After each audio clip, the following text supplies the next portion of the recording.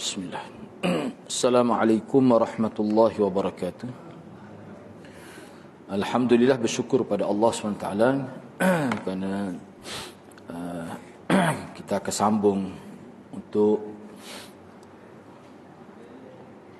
muka surah 49 antara sunnah dan manhaj. Kita sambung semula perbincangan kita, poin yang kelima ataupun tajuk 5, antara sunnah dan manhaj. Jadi sunnah tadi kita faham, bila sebut sunnah ni dia ada makna jalan, tariqah, cara, dan juga sunnah ni juga dia merujuk kepada amalan yang diambil daripada hadis-hadis yang sahih. Dan sunnah ni juga boleh juga difaham sebagai segala sesuatu yang keluar daripada Nabi. Bila perkara itu sahih, sama ada kata-kata Nabi, perbuatan Nabi, takrir Nabi, dan juga sesuatu yang diijma'kan oleh sahabat, ataupun yang sahabat buat secara umum walaupun tak sampai peringkat ijma', tu masih dikira sebagai sunnah lagi. Itu maksudnya. Dengan kata yang lain, perbuatan sahabat, sebab tu ana lebih suka sebut sahabat ni, kalau dalam perbincangan kita ni, sahabat yang kita bincang ni dia merujuk pada satu institusi, satu generasi. Bukan lihat pada Sayyidina Bakar sahaja, tidak. Mana sahabat-sahabat ni satu institusi yang menjadi tempat rujuk juga dalam agama kita. Kalau Nabi, hadis-hadis Nabi penghurai kepada Al-Quran, perbuatan sahabat penghurai kepada kehendak Nabi, hadis-hadis Nabi. Sebab tu Imam Syafi'i kita seperti ana sebut tadi, dia akan rujuk pada sahabat dalam bab nak memahami hadis secara mantap. Itu dia akan rujuk pada sahabat. Baik, itu sunnah. Di sini ada satu istilah dia panggil manhaj. Manhaj ni kalau dalam bahasa Melayu kita ni maknanya sistem lah. Sistem. Baik, cuba kita tengok di sini as-sunnah. As-sunnah sebagaimana telah saya terangkan sebelum ini, dan di sini akan saya ulang lagi kerana ada beberapa tambahan ilmiah dan kaitannya dengan manhaj. Artinya menurut lughah atau menurut bahasa ialah sunnahnya adalah at-tariqah atau sirah, yang artinya jalan, yakni jalan yang hasanah, yang baik, atau jalan yang sayyi'ah. Maknanya sunnah ni ada juga digunakan untuk sunnah hasanah dan sunnah sayyi'ah.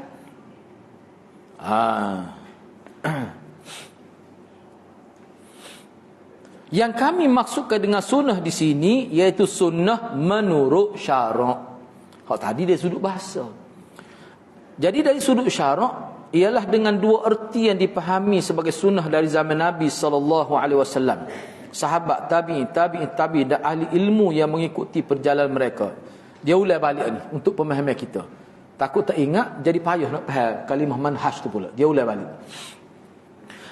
Jadi sunnah ni kita nak fokus. Sunnah, pemahaman sunnah ni hak bahagian kedua tadi. Erti yang kedua tadi. Iaitu sunnah dalam erti perjalanan hidup Nabi SAW bersama para sahabat. Dia kaitkan dengan sahabat. Di dalam mengamalkan dan mendakwahkan Islam yang sempurna dan kafah. Kafah ni maknanya menyeluruh, merangkumi. Atau pengamalan Islam yang terjadi pada zaman Nabi SAW dan pada zaman para sahabat, yakni yang menjadi ijma' atau persepakatan mereka. Sebab tu dulu ni ana nak sebut ni pengalaman ana lah. Masa mula-mula ana ngaji Maulana dulu, ana tak ingat tahun pertama ke tahun kedua, ada Maulana sebut, dia kata bila kita sebut ni sahabat buat, dia lebih merujuk pada amalan ramai sahabat. Sebab di kalangan sahabat pada khilaf juga. Kalau kita ngaji nasai je pasal mau terkhilaf kalangan sahabat tu. Misalnya kita kata contoh, minta maaf saja ana ambil contoh ni. Nak supaya kita jadi terbuka sikit. Kira orang kita ni, kira pada kecil lagi, tak kira lelaki perempuan, kalau setuh kemaluan dia sendiri, kemaluan lelaki, batal, tidak gitu. Setuh kemaluan. Dia setuh kemaluan anak dia ke, anak dia sakit ke, tak kira lah. Kemaluan dia sendiri ke, memang batal lah. Sepakat ke tidak tu? Sahabat Nabi tak sepakat. Sayyidina Ali dia ramai, bukan Sayyidina Ali saja. Kita bincang dulu. Bakat sini Ali kata aku, kemaluan aku, sopo telingo. Aku setuh itu batal ke mana? Tu. Baik. Kalau setuh air kecil batal ke tak wuduk? Batal ke tak? Air kencing kita setuh. Tak batal wuduk. Mana batal setuh air kecil? Air kecil kita sedih ke? Ya ke? Kita setuh air kecil kita sedih, batal wuduk. Batal ki kecil. Bukan ki setuh air kecil. Maknanya air kecil itu tidak membatalkan wuduk. Kalau setuh kita kecil itu bukan kerana air kecil, kerana kencing itu. Tiba-tiba setuh kemaluan batal wuduk. Mana lebih najis? Air kecil itu najis, tapi tak batal. Tiba-tiba kulit kemaluan itu jadi batal. Ke mana saya? Dari segi logik. Itu jadi perbincangan panjang kita bincang. Nak ayatnya khilaf, nak sebutnya khilaf. Bukan anak suruh menganjurkan ubah dah siapa dia setuh kemaluan tak batal. Ana tidak suruh gitu. Nak ayatnya khilaf. Mana sahabat khilaf ada. Tetapi hok ramai pakar dengan sahabat memang batal. Memang batal. Hok ramai pakar. Jadi hok ramai pakar dia pakai dalil mana? Tu kita bincang dah. Dia kata Nabi berkiyah setuh kemaluan itu sebenarnya merujuk kepada kemaluan mungkin tepat keluar najis ke. Nabi nak galak supaya bersihkan kemaluan. Kalau setuh kemaluan dia lebih merujuk pada ketika hendak kencing. Dia takwil kot. Jadi bayangkanlah seseorang itu bila dia kencing dia tidak cermat basuh kemaluan dia. Boleh jadi kemaluan ada tempat yang belum dicuci. Tama-tama kalau perempuan lebih kritikal lagi. Dia tidak cermat situ. Jadi bila setuh kemaluan selepas pada tu, maknanya setuh air kencing. Masalahnya pupuk ni kata iyalah setuh air kecing tetap tak batal. Apa setuh kemaluan? Tujuannya dia kata sebut tentang kemaluan supaya berhati-hati, bercermat. Tu maksud kemaluan situ ni bukan semata-mata kemaluan, dia berkait dengan apa yang keluar daripada kemaluan. Banyak bincang pula situ. Jadi bagi anak kalau nak pakar mana-mana pun boleh biar tahu. Tu. Ada orang tanya ustaz pakar mana? Berhimna gitu. Anak kena dah lah. Kok berat laginya kita sebut tentang poligami zaman Nabi gini sahabat ni. Ustaz dia lah mana? Anak murid kaca lah gitu. Orang royak dia tanya, berkali dalam hati dia kecil haja tu nak pahit. Ada jenis begitu. Anak kata ni tak wajib amal. Tak wajib amal ni. Senyap dia. Dia ada anak murid tua. Dia pencing belakang obok dia tu satu pula ramai juga kat 40 orang juga. Dia suruh anak buat program tu nya. Programnya cerita tentang perkahwinan zaman Nabi. Kita setuh tentang poligami ya, perangai saja dia ilang ngatuk apa dia. Tapi nak ayatnya anak nak sebut kalau Syekh Waliullah Ad-Dahlawi dia ada satu risalah buku kecil bincang tentang khilaf kalangan sahabat saja. Jadi kita kena faham sebab kalau ustaz-ustaz ni tidak didik masyarakat dengan khilaf beradab dia jadi tidak beradab. Tu. Cuba tengoklah cara ustaz kita. Orang tanya dia, ni nak ada contoh. Kalau kita nak bincang ni hak tu lah juga sebenarnya ni. Apa ustaz nak kata? Tak soalan tu. Ada ustaz sebut siapa dia setuh isteri dia tak batal wuduk. Soalannya simpelnya. Dijawab mana? Kalau ada ustaz bercakap begitu, itu tanda ustaz tu makan pil kuda. Dalam majlis besar, disiar secara live. Anak kata kalau lagu ni, mana kita mendidik masyarakat supaya kita tidak terbuka dari segi bab khilaf. Sedangkan benda tu khilaf besar tu. Imam Bukhari, Aisyah kata tak atas semua, isteri-isteri. Dah sebelum nikah batal, lepas nikah batal juga. Papa Doktor Basik kata kena tengok molek. Kalau genu mutu dia tak bit tengah cang tu dia nikah dah. Kalau genu mutu bit tak belakang mana rapat tubuh lelaki perempuan tak nikah lagi. Apa tu? Dia lepas nikah jadi lebih takut nak pergi bini dia. Siapa letak bit tengah. Lepas tu dia pergi gini, pergi mutu juga. Sakit lengan-lengan. Kalau peluk gitu ke kemah lagi. Tak boleh takut setuh mengambil wuduk dah ni. Lepas tu kau nak wi cucu pergi.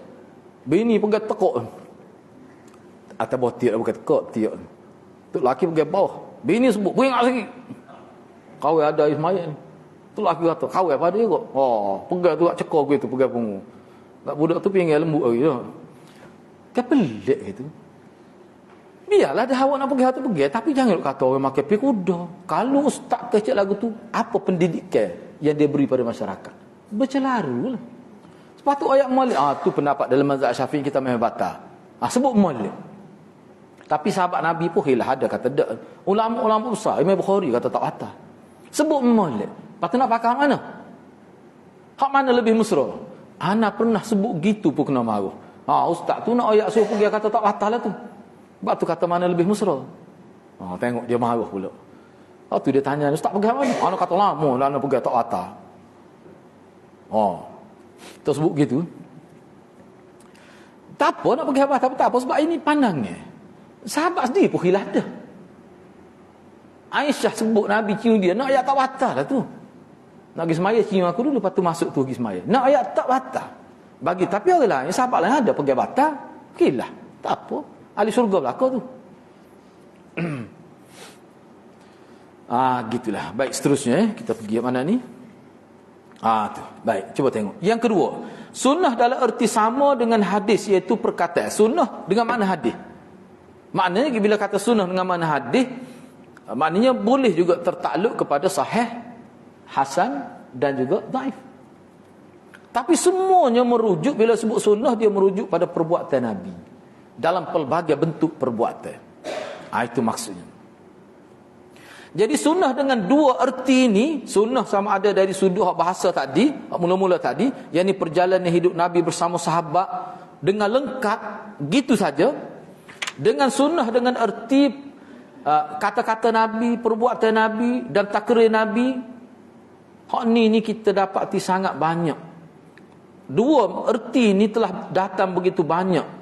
Perintah wajib berpegang dengannya dan larangan menyalihinya dalam Quran. Sama ada kita pegang sunnah dengan erti pertama atau kita pegang sunnah dengan erti kedua, semuanya tertakluk dengan kita kena pegang sunnah Nabi. Sunnah itulah hak dalam dua pengertian.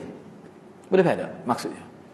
Sama ada kita terjemah sunnah tu dengan erti yang pertama, iaitu perjalanan hidup Nabi. Bila kata perjalanan hidup Nabi, dia melibatkan semua aspek kehidupan Nabi. Lepas tu tidak sekat Nabi saja, para sahabat yang dididik oleh Nabi, yang mana ulama kata kejayaan Nabi ni terbentuk pada sahabat. Kita boleh nampak kejayaan Nabi pada sahabat. Misalnya, anak ambil contoh supaya hadirat boleh faham. Bila tu ayat al-yawma akmaltu lakum dinakum wa atmamtu alaikum nikmati wa raditu lakum Islam madina. Antara yang disebut oleh ulama, hadis ni, ayat ni dia mengisyaratkan dua perkara. Banyak lagi, dua kita ambil hak besar. Yang pertama sekali isyarat bahawa Nabi telah menjalankan tugasnya dengan sempurna. Tak mungkin ada satu lagi fakta agama yang Nabi tertinggal. Tak mungkin. Sebab Allah kata al-yawma, hari ni. Hari ni tu hari Nabi sebut tu. Makna dia. Yang kedua, ayat itu mengisyaratkan bahawa bila Nabi wafat, maknanya generasi yang dididik oleh Nabi sudah diiktiraf oleh Allah. Generasi inilah yang akan bawa Islam ke seluruh dunia. Maknanya ayat tu sebagai pengiktirafan juga bahawa para sahabat yang ada, yang terdiri daripada muhajirin dan ansar, mereka sudah diiktiraf sebagai generasi yang betul-betul memahami agama, dan apa yang mereka bawa itulah kehendak Allah dan Rasul. Itu makna ayat tu. Kalau tak sampai tahap tu, tak kira Allah kata telah sempurna. Sebab terbukti dalam sejarah, tak boleh dinafikan Nabi tidak bawa agama ke seluruh dunia, yang bawa sahabat. Sebab tu ayat tu menunjukkan bahawa satu pengiktiraf sahabat ni, kalau dia bawa agama tepat seperti Nabi Nuh. Tu maksud ayat tu. Cuba fikirlah. Ana sangat setuju tu pandangan itu. Dah terbukti dah Nabi tidak bawa. Sebab tu sahabat Nabi perang lagi, tapi peperangan yang menjangkau kawasan yang lebih jauh. Baik, kalau ana tanya kita semua, zaman Nabi kah ada kapal siapa menyeberangi laut tak bawa agama? Tak berlaku zaman Nabi. Zaman siapa? Muawiyah. Padahal Nabi sebut dah. Nabi kata ada sahabat aku dengan bangga berada di atas kapal. Kapal besar lah, bawa Islam, bawa agama. Makna kapal tu bawa tentera. Nak dakwah. Sebab tak tahu lagi sebuah laut ni orang timur ke tidak. Makna dengan ada tentera ni orang tak berani lah. Pendakwah pun ada, tentera pun ada. Pergi serentak dalam satu kapal. Dengan begitu bangga.